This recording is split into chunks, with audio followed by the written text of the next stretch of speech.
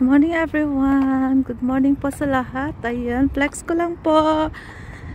Yung pong kapaligiran natin ngayon. Ayan, finally po, wala na yung mga snow. Ayan po, as you can see po guys. So, wala na po yung snow, diba? Natunaw na po sila.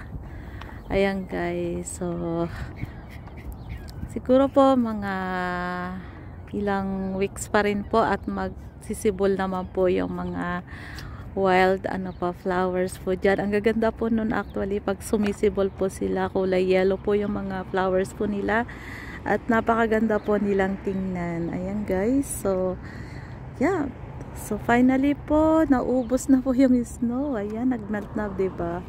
So ayan guys, so tuwan-tuwa pa rin po si Rocky kahit wala na yung kanyang paboritong paglaruan na snow. Ayan, pero happy pa rin po siya basta po nakakalabas po siya. Ayan guys, so ayan po yung ating haring araw ay mataas po pero malamig po medyo ngayon mahangin po. Yung pong lamig po is yung para po yung pag tayo ay nasa Tagaytay or nasa Baguio, yung po mga matataas po ng mga places dyan sa Philippines na medyo malalamig po, parang ganun po yung lamig po ngayon. So ayan guys, but anyway, carry pa rin po naman ni DJB yan. Ayan guys, so samahan natin si Rocky at gustong gusto niya po talagang naglalakad siya. Ayan, so ito naman po yung routine natin since day off ko po ngayon, Tuesday po ngayon. So day off po ni DJB at ayan po, sinamahan ko na po si Rocky. Medyo po na late po tayo ng konti ng paglabas gawa inihatid ko pa rin po yung dalawang batuta, yung magpinsan sa school. So kahatid ko lang po. So eto, kami naman ni Rocky po ay lumabas dito. So yan guys, gusto ko lang i-flex itong kapaligiran na nasa bundok po ako ng Tralala. Parang nasa lang din, parang nasa Pilipinas lang din ako. Pero alam nyo po, mas gusto ko po yung dito kaysa po yung sa mga mauusok or mga places na pero dito naman po sa Canada hindi naman po wala naman po gano'n na mga usok-usok o mga po katulad dyan sa atin na pag crowded na po ay medyo marami na pong mga usok-usok sa mga daan gawa ng mga sasakyan. So dito naman po ay hindi naman po.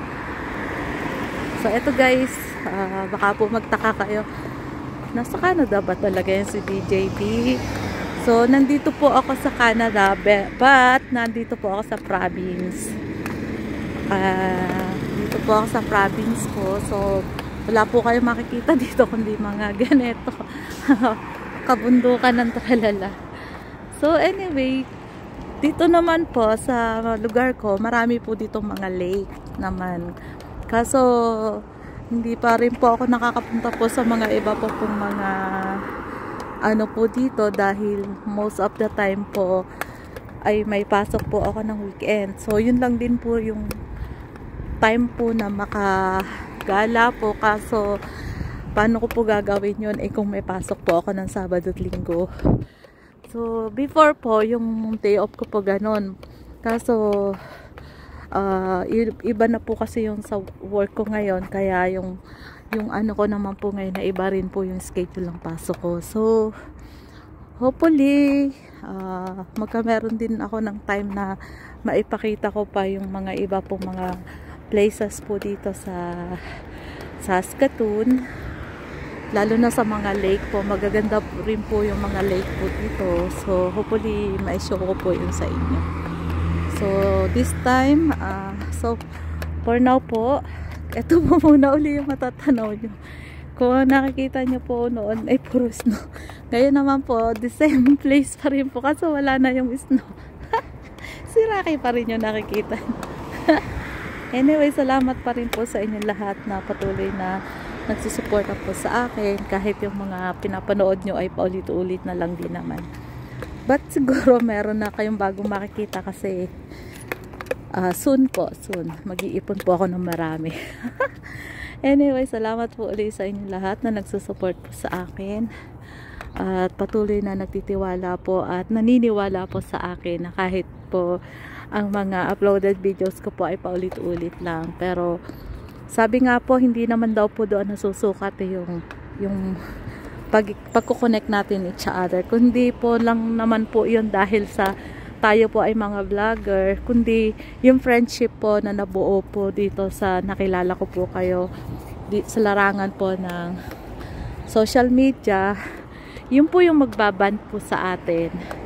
So sana po patuloy pa rin po kayong connected sa akin, and I will promise po na gagawin ko rin po na makasupport back po sa inyo sa abot po ng aking makakaya. Salamat po ulit sa inyong lahat. Thank you so much sa everyone who still stay connected to me. At sa mga silent viewers ko at silent supporters ko dyan, thank you so much also. And may God bless you all. See you guys next time. Bye everyone. Me and Rocky saying see you guys next time. Bye everyone. God bless you all. This is TJB and Rocky. See you guys next time. Bye bye. I love you all.